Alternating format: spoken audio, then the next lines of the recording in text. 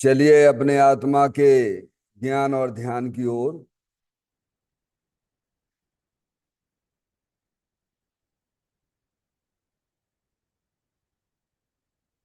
अपने चंचल मन को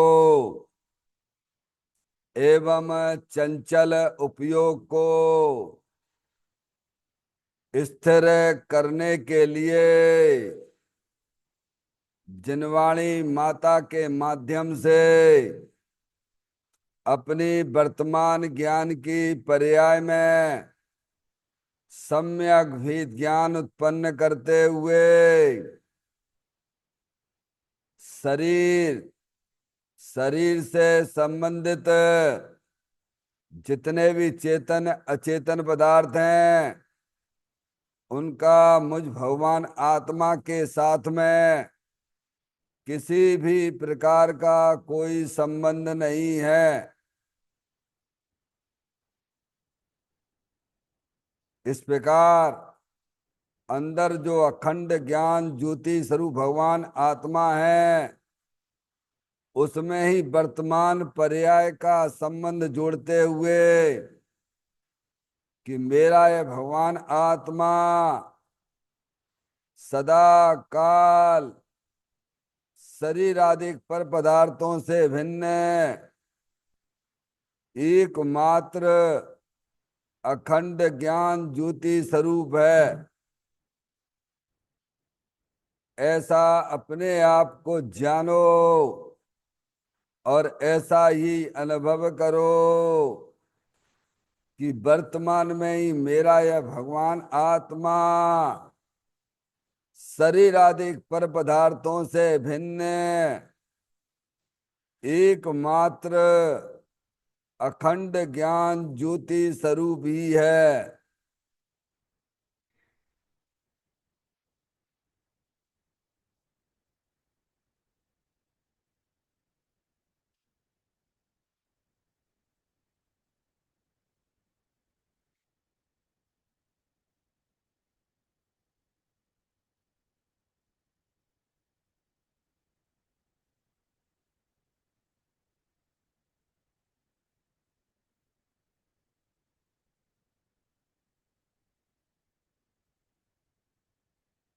इसी प्रकार से संसार अवस्था में आत्मा की पर्याय में जो विविध प्रकार की पुण्य पाप के परिणाम दिखाई देते हैं वे समस्त परिणाम पर द्रव्यों की लक्ष्य से होने वाले भाव हैं।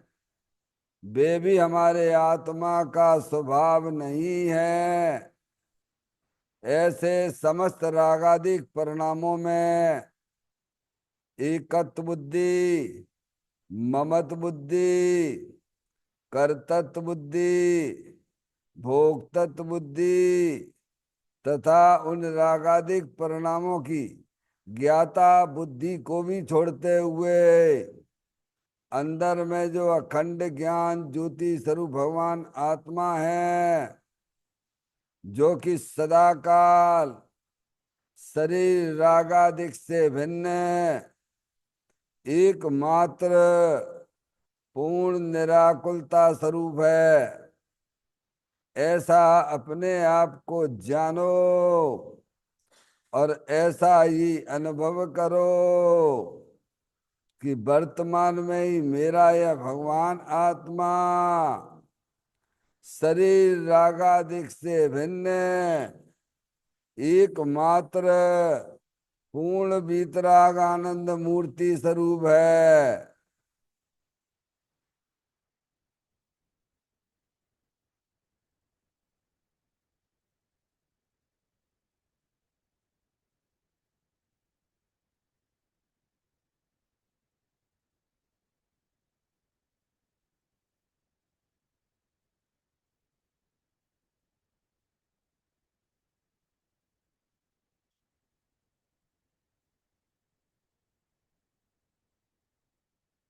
इसी प्रकार से संसार अवस्था में आत्मा की पर्याय में जो पर के लक्ष्य से होने वाला ज्ञान है, वह परलक्षी ज्ञान भी हमारे आत्मा का स्वभाव नहीं है।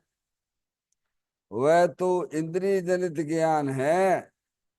इस प्रकार शरीर, रागादिक और परलक्षी ज्ञान के पर्यायों से विभिन्न मैं तो एकमात्र अखंड ज्ञान ज्योति स्वरूप भगवान आत्मा हूँ, ऐसा अपने आप को जानो और ऐसा ही अनुभव करो कि वर्तमान में ही मेरा यह भगवान आत्मा शरीर, रागादिक और खंड खंड ज्ञान की पर्यायों से विभिन्न एकमात्र अखंड ज्ञान ज्योति स्वरूप है।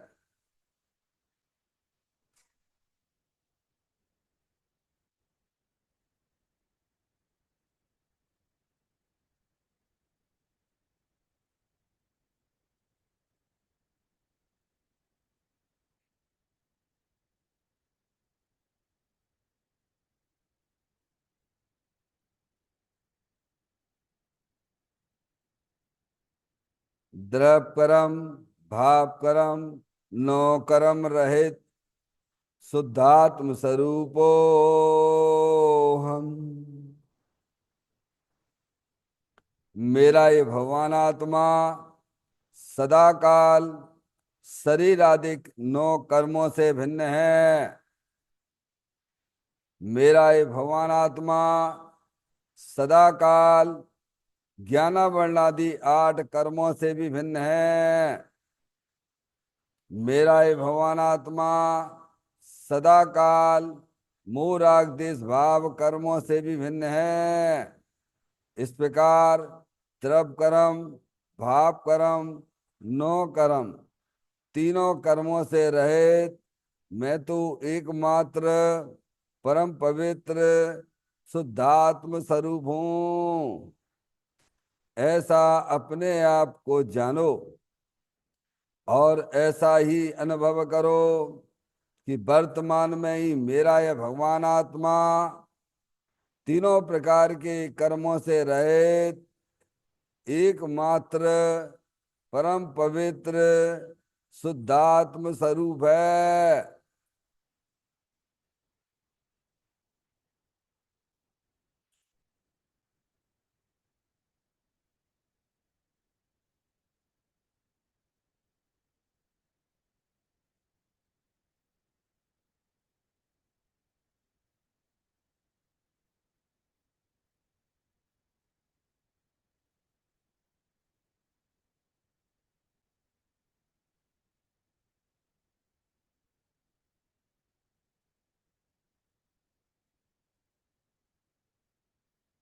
ओम नमः सिद्धेभ्य। ओम नमः सिद्धेभ्य। चिंतामणि सम स्वयं का चैतन्य तत्व महान है। निज का करूं मैं चिंतवन, निज का करूं श्रद्धान में। शुद्धात्मा ही देव है जो गुण अनंत निधान है। मैं स्वानुभव में देख लूं आत्मा स्वयं भगवान है। मैं स्वानुभव में देख लूं आत्मा स्वयं भगवान है। लिम्मण जान परिठिया कम कलंक डेवी, अपलद्दौ जैन परूं ते परम पुड़वे भी। सब कर्म मल का नाश करवरो, प्राप्त कर निज आत्मा। जो लीन निर्मल ध्यान में नम कर निकल परमात्मा, सब नाश कर घन घाति अरवरि, अंत पद को पा लिया। कर नमन उन जिन देव को यह काव्य पथ अपना लिया।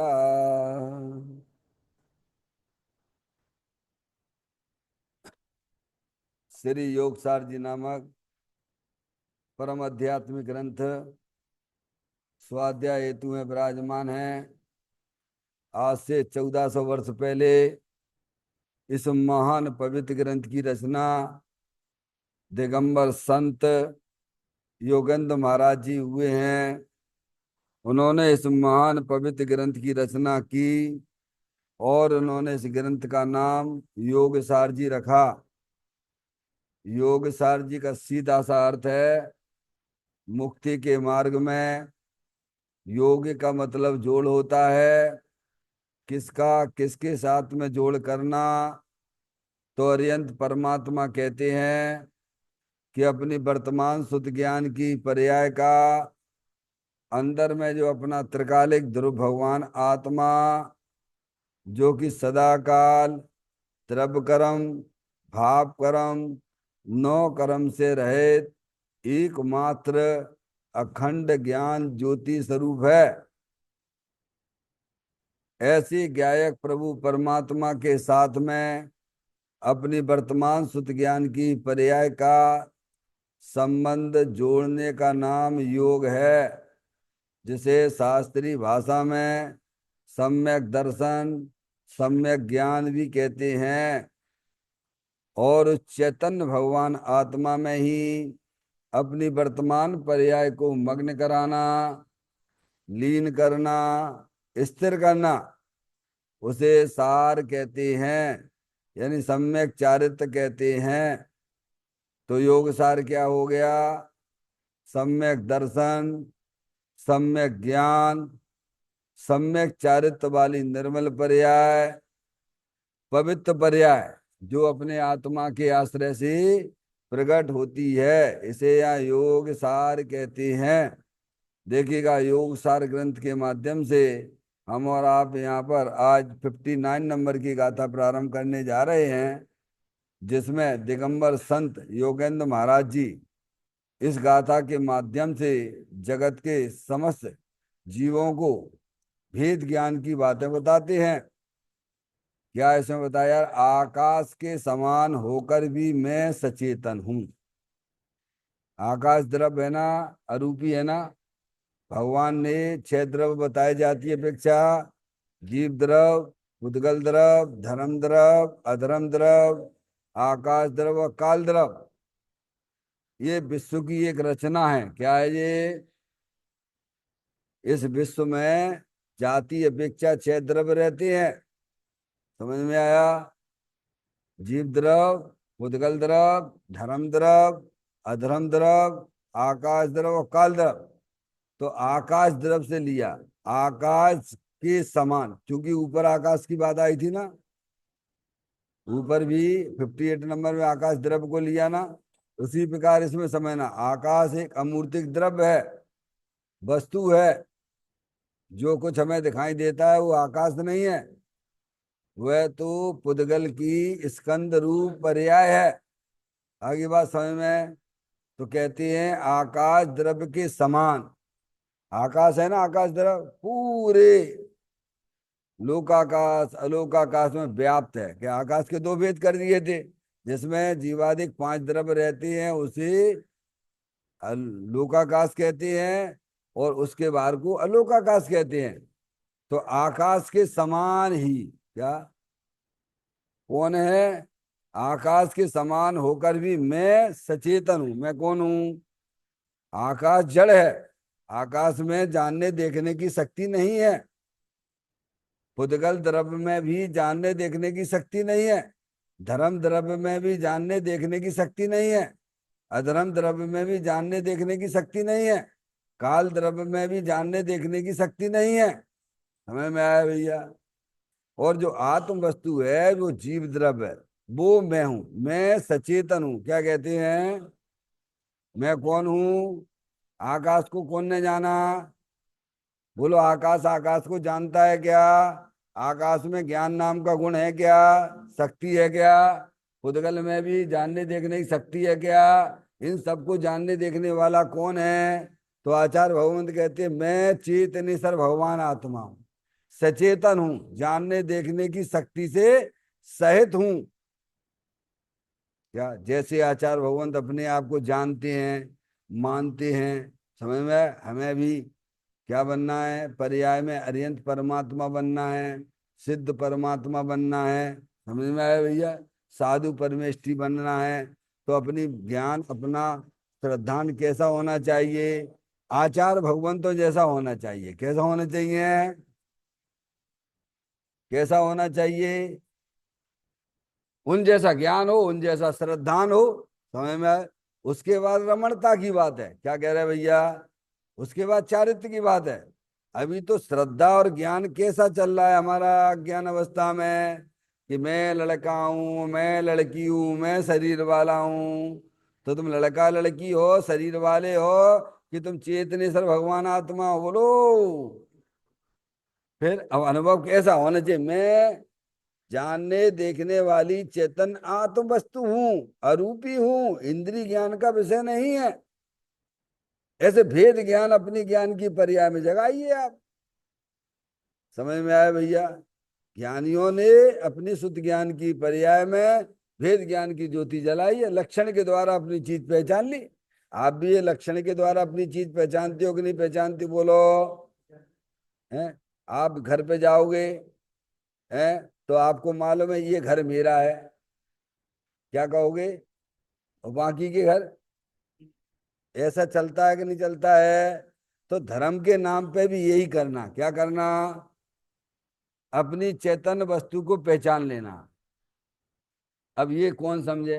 हमने तो केवल भगवान की पूजा कर ली, भक्ति कर ली, माला जप ली, क्या अणुव्रत महाव्रत ले लिए, और अपने आप को धर्मात्मा समझे बैठे हैं।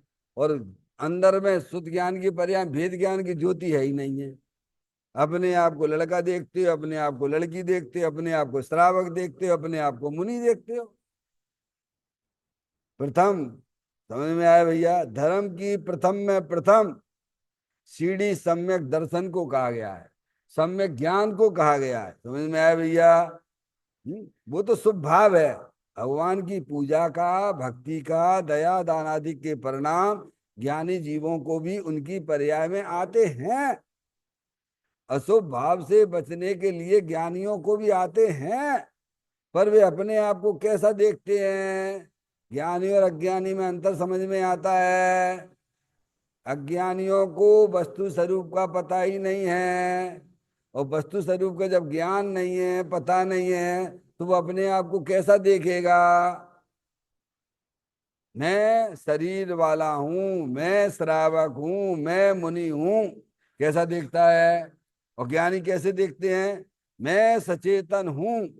आकाश द्रव वो भगवान ने बताया है, हमने भी अपनी ज्ञान की पर्याय में निर्णय किया है।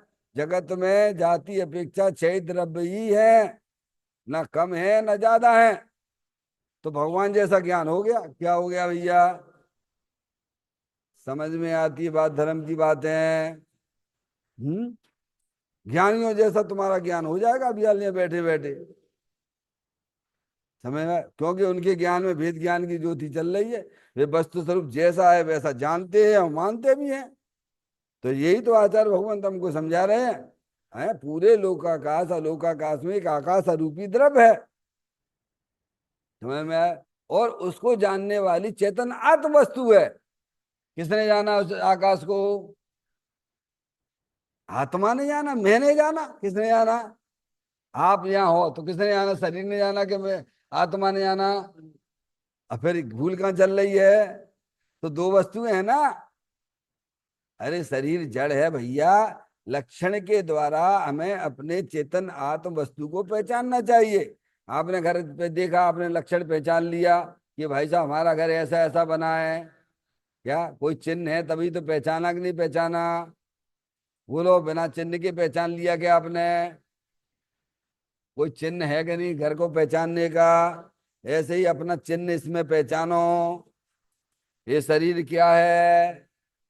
ये शरीर जड़ है, अनंत पुद्गल परमाणुओं का पिंड है, शमशान की राख है। और इसमें जो है जानने देखने वाली चैतन्य आत्म वस्तु है, वो आत्मा है, वो मैं हूं। ये कह रहे हैं, क्या कह रहे हैं वो? क्या स्टार्टिंग से पॉइंट क्या उठाया है इस गाथा के अंदर? भेद ज्ञान की बातें बताई हैं। बिना भेद ज्ञान के किसी भी आत्माओं को उनकी पर्याय में होने वाले दुखों का अंत नहीं आता है। अरे दुख खत्म ही नहीं होता, अंत की बात तो छोड़ो। हमारी आत्मा की पर्याय में, संसार अवस्था में जो दुख रूपी पर्याय है कि नहीं है? बोलो भैया। हैं? नहीं है तो भी काय के लिए संयोग इकट्ठे कर रहे हो तुम? क्यों संयोगों के पीछे भग रहे हो? काय के लिए भग रहे हो संयोगों के पीछे? बोलो भैया। हमारे घर में एसी आ जाए, हमारे घर में नोटो इकट्ठे हो जाएं, बोलो काय के लिए क्यों कर रहे हैं ये सारी काम? बोलो। क्योंकि वर्तमान में पर्याय में दुख है, और उस दुख को मिटने के लिए अज्ञानी जीव क्या करते हैं? संयोगों को इकट्ठा करते हैं, संयोगों की तरफ भागते हैं। क्या कर रहे हैं? काय के लिए भाग रहे हैं भैया? अपनी पर्याय में जो दुखरूप अवस्था है, वो दुखरूप अवस्था लक्षण किसका है? आत्मा का है कि आश्रम का है? बोलो। अरे ऐसे लक्षण के द्वारा अपनी चीज को पहचानो। क्या दुख जो पर्याय में हो रहा है, हमारे तुम्हारी पर्याय में हो रहा है? बोलो, शरीर में दुख होता है कि आत्मा की पर्याय में हो रहा है संसार अवस्था में? बोलो भैया। अरे बोलो, किसको दुख होता है? आत्मा की पर्याय नहीं, अपना आत्मा। समझ में आया भैया? अब उस दुख को मिटने के लिए हम और आप क्या कर रहे हैं? बढ़िया बढ़िया भोजन का सेवन कर लो भैया, तो पर्याय में दुख मिट जाएगो। मिट गया? अरे मिट जाता है क्या? तो कैसे मिटेगा प्रभु? तो कहते भेद ज्ञान की ज्योति जलाओ। क्या करना? लक्षण के द्वारा वस्तु को पहचानो। जो भेद ज्ञान की बातें है ना, स्टार्टिंग में पॉइंट लिखा ना, आकाश के समान होकर भी मैं सचेतन हूं, यानी मैं ज्ञान सहित भगवान आत्मा हूं। ऐसे सब में लगा लीजिए आप। शरीर में नहीं हूं, आकाश द्रवरूपी है, विशाल है, पूरे लोकाकाश अलोकाकाश में व्याप्त होता है, वैसा मैं भी हूं। क्या मैं कोई आकाश से कम हूं? आकाश तो जड़ है, और आकाश को जानने वाला मैं हूं। मेरे में तो एक विशेष और गुण है, क्या है भगवान? जैसे आकाश पूरे लोकाकाश और लोकाकाश में व्याप्त है, समझ में आया? मैं भी ऐसा ही हूं, लेकिन मैं, मेरे में एक विशेष गुण है। तो मैं तो आकाश से भी बड़ा हो गया भैया। क्या भैया? नहीं आई समझ में? हो गए कि नहीं हो गए? क्योंकि आकाश को जानने वाले भी तुम ही हो। समझ आया? तुम में एक विशेष गुण है। ये गाथा में बताती है।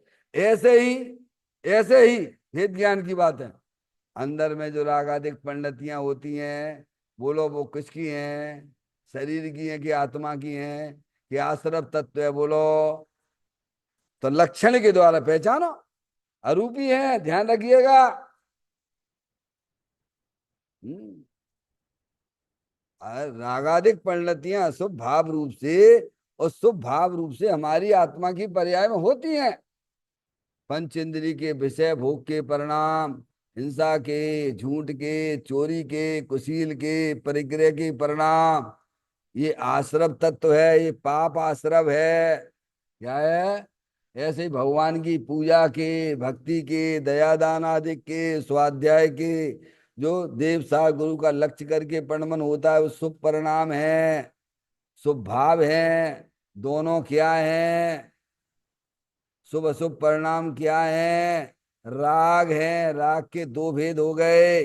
उसको दुख रूपी पर्याय क्या करना, ऐसे भेद ज्ञान जगाओ, शुद्ध ज्ञान की पर्याय भेद ज्ञान जगाओ। ताते जिनवर कथित तत्व अभ्यास करीजे, संशय विभ्रम मोह त्याग आपो लख लीजिए। देखो शांति से बैठो, भगवान है, तुम शांति स्वरूप भगवान आत्मा हो, अनादि अनंत एक रूप रहने वाले हो, अनादिकाल से अपने आत्मा को भूले हुए हो। ये तो महान 700 का पुण्य का उदय होता है, उनको जनवाणी माता का समागम मिलता है भगवान। समझ में आती बात, ये भेद ज्ञान की बातें हैं। जिनका 700 पुण्य का उदय होता है, उन्हें ये सारी बातें सुनने को मिलती हैं। ये देखो नहीं कितने जैनी लोग हैं, देखो आप, अजैनों की तो क्या बात करना, अजैनों के पास तो ये चीज है भी नहीं है। समझ में आया, और हमारे यहाँ है, और हम उसकी कीमत नहीं करते हैं। तो तुम समझना चाहिए, जैसे पंडित टोडरमल जी साहब की भाषा में क्या कहें, जैसे दरिद्री को चिंतामणि रतन के दर्शन कराएं और वह ना करे तो उसके अभाग की महिमा हमसे नहीं कही जाती है। ऐसे अपन को देव सास गुरु मिल गए, माँ जनवाणी माता मिल गए, ज्ञानियों का समागम हमें मिल गया, क्या भगवान। हम्म। और हम तब भी तत्व को नहीं पहचाने, तो कहते हैं तो तुम्हारे अभाव की महिमा नहीं कही जा सकती है। देखो भटकते भटकते आ रहे हो, कहाँ से आ रहे हो, बोलो भैया, भाई साहब कहाँ से आ रहे हो, रामचंद्र नगर से नहीं? क्या, कहाँ से आ रहे, बोलो भैया। जन्म मरण नित्य करते करते काल अनंत गमाए, आज हम जिन राज तुम्हारे द्वारे आए। तो काय के लेना आयो, जन्म मरण करने के लेना आयो, तो बिल्कुल मंदिर में ना आना। क्या कह रहे हैं, मंदिर में आना तो जन्म मरण के अभाव के लिए आना। देव सात गुरु जन्म मरण के अभाव में निमित्त होते हैं, संसार बढ़ाने में निमित्त ना होते हैं। फिर क्या जरूरत है, तुम्हें जन्म मरण ही करने हैं, तो भगवान देव सात गुरु के पास आने से क्या मतलब निकला। अरे जीव को दुख तो इसी बात का है, जन्म मरण का ही तो है ना। तो महान पुण्य का उदय होता है, उनको ये देव शास्त्र गुरु हमें आपको मिले हैं। समझ में आए भैया। ये बात हमें समझाए, अब लक्षण के द्वारा पहचानो। देखो ये शरीर है, जड़ है, क्या है शरीर, बोलो किसी को चेतन लग रहा है क्या, ये जानने देखने वाला है क्या, इसमें से आत्मा निकल गया, आंखें खुली हुई हैं, क्यों भैया, और जाके का इस समय क्या लगा देती, इसमें आग लगाती है तो आत्मा को कितनी तकलीफ होती है, बोलो भैया। अब वो देख रहा है, आँख खुली है, देख रहा हुआ ना कि हमें लोग आग आए, आग लगा रहे हो, तकलीफ होती है भाई कछुआ। क्या कह रहे हैं भैया, ऐसे भेद ज्ञान करो। दो चीजें हैं, जीव जुदा पुद्गल जुदा, यही तत्व का सार, बाकी सब बस इसी का सब विस्तार है। समझ में आया भैया। तो आकाश से भेद ज्ञान कराया, तुम सबसे लगा लो भेद ज्ञान, लगा लो, तुम सबसे लगा लो। शरीर भी जड़ है, अंदर एक 8 कर्मों की रचना है, वो भी जड़ है, और ये दुख रूपी आश्रित तत्व है। कभी पाप रूप परिणाम होते हैं, कभी पुण्य रूप परिणाम होते हैं, दोनों परिलक्ष्य से होते हैं, वो आश्रित तत्व है। राग वाग दय सदा, ताते समामृत से ये, चिर भजे विषय कसाय, त्याग निज पद पे। ऐसे लक्षण लगाइए अंदर, शरीर का लगाया, कर्मों को पहचाना, और दुख रूपी पर्याय क्या है, आत्मा है कि आश्रव तत्व है, बोलो भैया। भगवान ने आत्मा किसे कहा है, जानने देखने वाली चेतन आत्म वस्तु को आत्मा कहा है कि आश्रव को आत्मा कहा है। तुम्हारी वस्तु कौन सी है, शरीर है कि कर्म है, कि रागादिक परिणतियां हैं, कि अंदर चेतनेश्वर भगवान आत्मा जलल ज्ञान ज्योति स्वरूप स्थायी वस्तु है। अपनी वस्तु पर अधिकार जमाइए और धर्म रूपी पर्याय प्रकट हो जाएगी। इसको भगवान ने धर्म कहा है, किसको? अपनी चीज को जो अपना जानते हैं। आचार्य कुंद कुंद देव ने भी समय सार जी के अंदर खूब भर भर के वेद ज्ञान की बातें बताई हैं।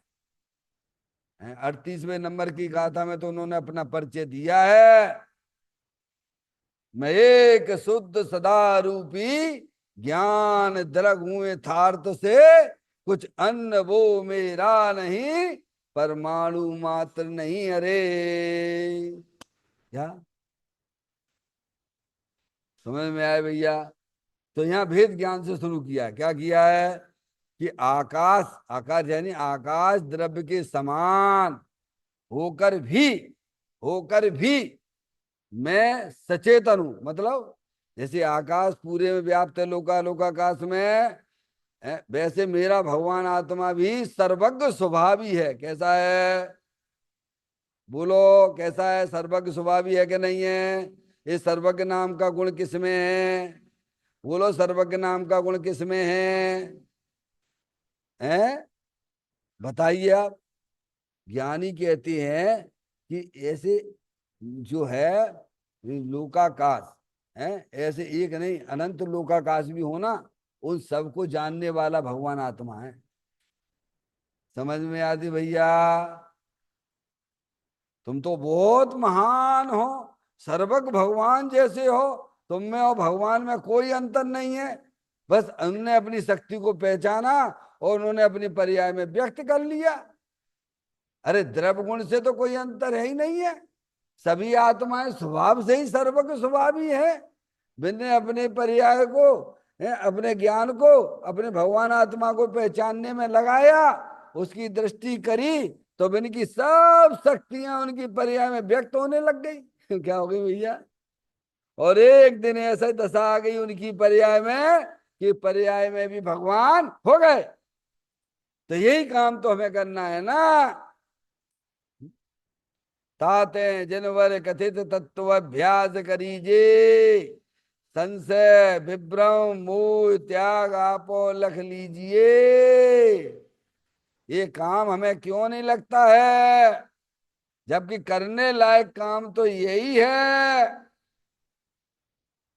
कैसे दुखी हो रहे हो भैया? लड़के की वजह से दुखी हो कि लड़की की वजह से दुखी हो? बोला भैया।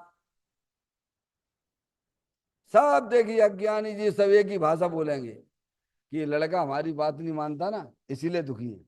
हमारे पास पैसे की कमी है ना, इसीलिए हम दुखी हैं। क्या हमारे यहाँ बढ़िया सी मोटर कार नहीं है ना, इसीलिए दुखी हैं। उसी का लक्ष्य कर करके क्या करते? तो भगवान कहते ना ना ना ना ना, ना करते नहीं, तुम उसके कारण से दुखी बिल्कुल भी नहीं हो। और थोड़ा सा शास्त्र शास्त्र पढ़ ले भैया, तो भैया हम कर्मों के कारण से दुखी हैं। मूर्खों एक नंबर के छठे छठाए। समझ में आया भैया? कर्म तो जड़ है। कर्म क्या है? कर्म को पता है कि तुम आत्मा हो। अरे कर्म है, इसकी ज्ञान भी ज्ञान आत्मा को है। तुम्हें दुनिया में समझदार किस लिए रखा गया है भैया? क्यों? इस विश्व में कौन समझदार है बोलो? अपन स्वयं समझदार हो, बेवकूफ जैसे धंधे कर रहे हो। तो बेवकूफ जैसे धंधे तो कर ही रहे हो। ये मकान मेरा है, दुकान मेरा है, लड़का मेरी है, लड़की बेवकूफ के धंधे नहीं है। और इसने हमारी बात नहीं मानी इसीलिए मैं दुखी। पूछे क्यों भाई साहब, आज आप तकलीफ क्या है आपको?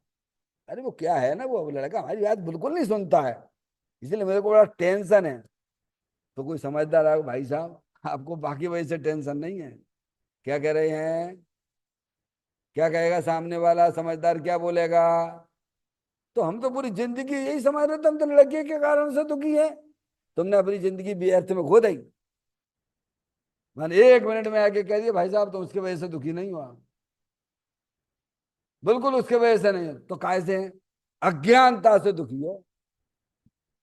कैसे? अज्ञान विधाता है इनका, निश्चित चैतन्य विरोधी है। क्या भैया, कैसे दुखी हो? अगर लड़के लड़कियों से दुखी होते, समझ में आती भैया बात, तो फिर तुम्हारा दुख कभी मिटने वाला भी नहीं है। क्यों? जब लड़का लड़की मान जाएंगे, कि जो भी हो, ये तो एक उदाहरण दे रहे हैं, वे राजी हो जाएं, तो फिर हमारा दुख जाएगा। अब राजी केवल एक ही थोड़ा हूं, तुम्हारी समस्याएं तो बहुत सारी हैं। लड़के लड़कियों से ही थोड़ा हूं है। अभी समस्या हमारी पैसे को लेके भी है, समस्या हमारी बहू काम नहीं कर रही है, समस्या हमारा पति नहीं सुनता है। क्या कह रहे हैं? तुम्हारी एक समस्या लड़के लड़कियों से ही थोड़ा हूँ भैया, तुम्हारी समस्याएं तो बहुत सारी हैं। बैठो शांति से सुनो। ज्ञानी तो एक ही बात करते हैं, तुम्हारे दुख का कारण ना तो शरीर है, और ना शरीर से भिन्न कोई चेतन अचेतन पदार्थ है। क्या कहा? साहब मेरी तो बहुत तबीयत खराब होती है, मैं क्या करूं, मैं चले ही नहीं पाता हूँ, है मेरे को दिखाई नहीं देता है, मेरे को सुनाई नहीं देता, मैं तो कैसे चुप शांति से। तुम इसके कारण से तुम्हारी पर्याय में दुख नहीं है। पूरी जिंदगी हो गई बात करते करते सोचते सोचते, और उल्टा पाप और बांध लो तो चला जाएगा त्रियंच गति में। क्या भैया, ये निर्णय करो। परद्रव्य के कारण से हमारी पर्याय में दुख नहीं होता है भगवान। अब कब करोगे? ये तो समय तो जा ही रहा है। मनुष्य पर्याय के एक एक बेशकीमती समय, जिसे श्रीमद राजचंद जी ने क्या कहा है कि कौस्तुभ मणि होती है ना, कौस्तुभ मणि, उससे भी मनुष्य पर्याय के एक एक समय कीमती हैं। क्या कह रहे हैं? कौस्तुभ मणि वो मणि होती है जिसे विष्णु धारण करते हैं, विष्णु भगवान, समझ उनके यहाँ पर। क्या कह रहे हैं? और वह कौस्तुभ मणि पूरे समुन्दर को मंथन करके निकालते हैं। क्या करते हैं? तब वह प्राप्त होती है, और उसे विष्णु धारण करते हैं, विष्णु भगवान उनके यहाँ पे। समझ में आया? और वो मणि ऐसी होती है कि जो धारण करता है उसको कोई उपसर्ग होता ही नहीं है, उसके ऊपर उपसर्गों का कोई प्रभाव ही नहीं पड़ता है। चाहे कितने देवता आके उसके उपसर्ग करें तो उसके ऊपर कोई प्रभाव पड़ता नहीं। उससे भी कीमती हमारे तुम्हारे मनुष्य पर्याय के समय है, वो एक एक समय। समझ में आती है भगवान? ज्ञानियों ने हमें मंथन करके बताया है, तुम चिंतन करो, विचार करो। ये शरीर जड़ है, और आत्मा में जो दुख रूपी पर्याय वो आश्रत तत्व है। परद्रव्य को अपने जानने से होता है, परद्रव्य को अपना मानने से होता है। तो जानना मानना छोड़ दो परद्रव्य को, मैं तो चेतनेश्वर भगवान आत्मा हूं। तो जानने मानने संबंधित दुख चला जाएगा। अब थोड़ा सा रागादिक परिणतियां, परद्रव्य का लक्ष्य करके जो हम करते ना, क्या 24 घंटा देखते रहते हो, मोबाइल है, टीवी है, पर लक्ष्य करके दुखी होते रहते हो। तो पर का लक्ष्य भी तज दो, अपने आत्मा को देखो ना, स्थायी वस्तु है ना, हर समय उपलब्ध है ना, उसका कब आनंद लूटोगे? ये काम काम नहीं लगता क्या हमें दुनिया में? ज्ञानियों के लिए तो यही काम लगता है कि अपने आत्मा का आनंद लूटते रहना, ये मेरा काम है। भगवान ने कहा, आर्यन परमात्मा ने कहा है, एक ही काम करने योग्य है कि अपने चेतन भगवान आत्मा का आनंद लूटिए। आत्मा लूट सकता है, खुदगल तरफ नहीं लूट सकता, धर्म तरफ नहीं लूट सकता, अधर्म तरफ नहीं लूट सकता, आकाश तरफ नहीं लूट सकता, काल तरफ नहीं लूट सकता। क्यों नहीं लूट सकता? क्योंकि उसमें आनंद नाम की शक्ति नहीं है। क्या? ये है माइक है, अनंत पुद्गल परमाणुओं का पिंड है।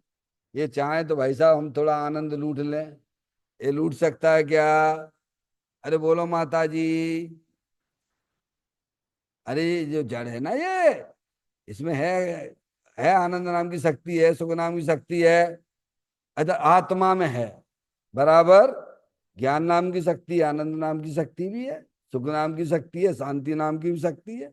समय, और आत्मा का लूटने चाहे तो कोई रोकेगा का? अरे तुम अपने आत्मा को आनंद लूटो, तुम्हें कोई बाधा कोई पहुंचाएगा का? भगवान कहते नहीं, दुनिया में ऐसी कोई शक्ति नहीं बची है जो तुम्हें तुम्हारे आत्मा के आनंद लूटने से रोक सके। समझ में आती बात? कौन कह रहे हैं? बोलो, किसने कहा ये बात है? अरे अरियंत परमात्मा, सकल द्रव्य के गुण अनंत पर जाय अनंता, जाने एक ही काल प्रकट केवली भगवंता। तुम्हें तुम्हारे आत्मा का आनंद लूटने के लिए दुनिया में ऐसी कोई ताकत शक्ति नहीं है जो तुम्हारे आनंद से तुम्हें वंचित कर सके, रोक सके। पर हम खुद ही नहीं मनाए तो गलती किसकी है? फिर ये बात समझ में क्यों नहीं आती है? आप अपने घर में रहिए, आपका जो घर है घर में रहिए, घर में जो कुछ करना है करिए, कोई तुम्हें रोकेगा क्या? बोलो, कोई रोकेगा? किसी की ताकत है क्या? ऐसे ही पंच चेतन आत्म वस्तु है, आनंद स्वरूप वस्तु है, ज्ञान के भंडार स्वरूप वस्तु है, जिसे आचार्य अमृतचंद देव ने भी 32वें नंबर के कलश में समय सार जी में लिखा है। सुख शांत रस से लवा लव्य, ज्ञान सागर आत्मा, बेभ्रम की चादर हटा, सर्वांग पर घटे आत्मा। हे बाप जन इस लोक के सब एक साथ नहाइए, इसे ही अपनाइए, इसमें ही मग्न हो जाइए। बोलो, क्या कह रहे हैं? बोलो, देवसार गुरु क्या कहते हैं? किसे अपनाने की बात करते हैं? हाँ, हम किसको माने अपने बैठे? शरीर है सो मेरा है। बोलो, जिन धर्म के विरुद्ध तुम्हारी श्रद्धा ज्ञान है कि नहीं है? तुम्हारे ज्ञान में भी भूल और तुम्हारी श्रद्धा में भी भूल, और उसका फल निगूढ़ है।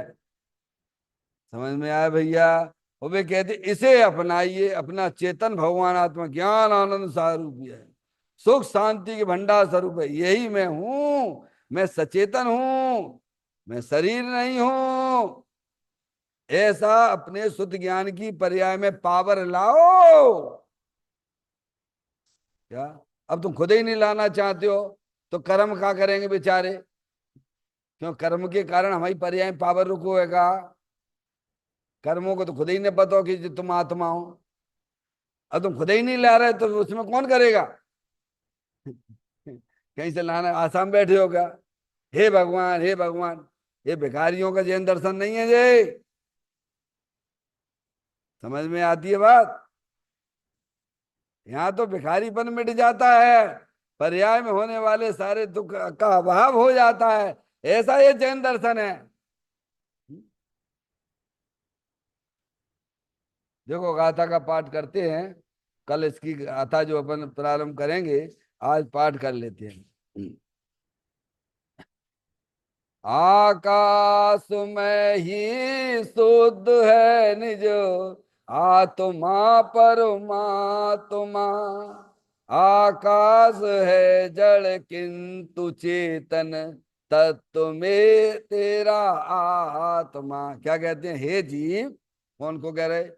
ये तो नहीं कह, हे मनुष्यों, ये लिखा है कहीं? आचार्य भगवंत किसको संबोधन करते हैं? हम जीव किसे कहते हैं? जो जानता देखता है वो जीव है। कौन है? माता जी, आप माता जी नहीं हो हैं? अभी ऐसे करा फिर ऐसे किया, मतलब कौन हो? दो के एक? नहीं, निश्चय से तो मैं जीव हूं और व्यवहार से माता जी। बराबर? बराबर ऐसा नहीं है। तुम दो के एक हो तो तुम, मैं कहा गई, निश्चय से तो मैं जीव हूं और व्यवहार से शरीर हूं। दो के एक? अरे यहाँ कितने बैठे हैं? यहाँ पे एक चेतन है और एक शरीर है, दो है कि नहीं है? तो हम क्या कहते हैं? भाषा हमारी कैसी है? कैसी भाषा निकल रही है कि साहब व्यवहार से तो मैं शरीर हूं। अच्छा, एक तो तुम व्यवहार से शरीर को अलग बैठा दो, तुम इधर जाओ, और मैं निश्चय से आत्मा हूं। तो दो के एक हो। अरे दो हो के एक हो तो फिर दो कायले कह रहे हो? समझ में आई? कितनी भूल चल रही। अरे जीव ही है, वे तो जीव कह रहे हैं। क्या कह रहे हैं? वे नहीं कह रहे हे मनुष्यो, ये जैनियों का ग्रंथ है, जे दिगंबर संतों का ग्रंथ है, जे हर समय वेद ज्ञान की बातें बताते हैं हमको। हैं? हे जीव, जैसा आकाश शुद्ध है वैसा ही आत्मा कहा गया है। आकाश को जड़ अचेतन जान और आत्मा को सचेतन जान। क्या कहते हैं, क्या कह रहे हैं कि जैसे आकाश शुद्ध है। आकाश शुद्ध क्यों है, पूर्व में व्याख्या अपनी बहुत चल चुकी शुद्ध के बारे में, ध्यान रखना। शुद्ध की एक ही व्याख्या है, शुद्ध की एक ही व्याख्या है, पर द्रव्य से भिन्न और अपने भावों यानी अपनी शक्तियों अपने गुणों से अभिन्न, ये शुद्ध की परिभाषा है। क्या है, अरे भाई आपने ठंडाई बनाई, ठंडाई का तो उदाहरण मैं बार बार इसीलिए लेता हूं, आपका ज्ञान उधर केंद्रित हो। हैं बहुत सारे दृष्टांत हमारे पास में, फिर एक ही तो दिमाग में बैठ जाए हमारे। चलो दूसरा दृष्टांत, एक दृष्टांत पहले सुन लो। है उस ठंडाई में भाई साहब, उसमें आपने शक्कर डाल दी, उसमें थोड़ा टेस्ट के लिए नमक भी डाल दिया, और घिस के जो है इलायची भी डाल दी, काजू भी डाल दिए, बादाम भी डाल दिए, सब डाल दिए कि नहीं डाल दिए, उसी को ठंडाई बोलते हो ना। दूध भी डला हुआ है, डला है कि नहीं डला है, और बताओ सब अलग अलग हैं कि एक हो गए हैं। शक्कर पानी रूप हो गया कि दूध रूप हो गया, नमक शक्कर रूप हो गया क्या, क्या पूछ रहे, हो गया। तो क्यों नहीं हुआ, क्यों नहीं हुआ, क्योंकि एक तरफ दूसरे तरफ में घुसता ही नहीं है ना। तो यही तो हमें आचार्य भगवान समझाना चाहते हैं। क्या, आकाश द्रव है, आकाश द्रव में है, लोकाकाश में और जीवादिक 6 द्रव 5 द्रव रहते हैं, तुम एक दूसरे में घुस गए क्या, बोलो घुस गए क्या, नहीं घुसे ना, भिन्न भिन्न रहते हैं ना, सब अपने अपने क्षेत्र में रहते हैं, अपने अपने चतुष्टय में रहते हैं। ऐसे ही अपना ये शरीर है, ये संयोग में समझ में आया, भाषा ऐसी ही अपना शरीर बोलते हैं, ठीक है कि नहीं। ये शरीर है, कर्म है, रागादिक परिणतियां हैं और आत्मा है, तो एक दूसरे में घुस गए क्या। इसीलिए कहा कि आकाश के समान शुद्ध हूं। कैसा हूं मैं, जैसे आकाश में लोकाकाश में उद्गल द्रव्य भी है, धर्म द्रव्य भी है, अधर्म द्रव्य भी है, काल द्रव्य भी सब है, लेकिन वे एक दूसरे में घुसते नहीं है। ऐसे ही मैं अरूपी चेतनेश्वर भगवान आत्मा हूँ, इसमें कर्म भी नहीं घुसते हैं, शरीर भी नहीं घुसता है, रागादिक परिणतियां नहीं घुसते, ऐसा ही मैं शुद्ध हूँ। ऐसा अपने आप को जानो और अनुभव करो। वैसे ही आत्मा को कहा है, वैसे ही कहा है। तर्क समझ गए। आकाश को जड़ अचेतन जान, क्या जाना, आकाश जानता देखता है क्या, उद्गल तरफ जानता देखता है, धर्म तरफ जानता देखता है, काल तरफ जानता देखता है, उनको जानने वाला कौन है, चेतन भगवान आत्मा।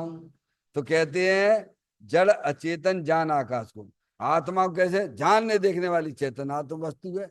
इस प्रकार से सुंदर गाता है, अपन उसको पढ़ेंगे समझेंगे। भेद ज्ञान की बातें हैं। चैतन्य का स्मरण प्रति क्षण करो रे, भवि के अनंत दुख को पल में हरो रे, अक्षय अनंत निज सुख निदान पाओ, गाओ अरे नित इसी के गीत गाओ, गाओ अरे नित इसी के गीत गाओ। 9 बार नमोकार मंत्र का स्मरण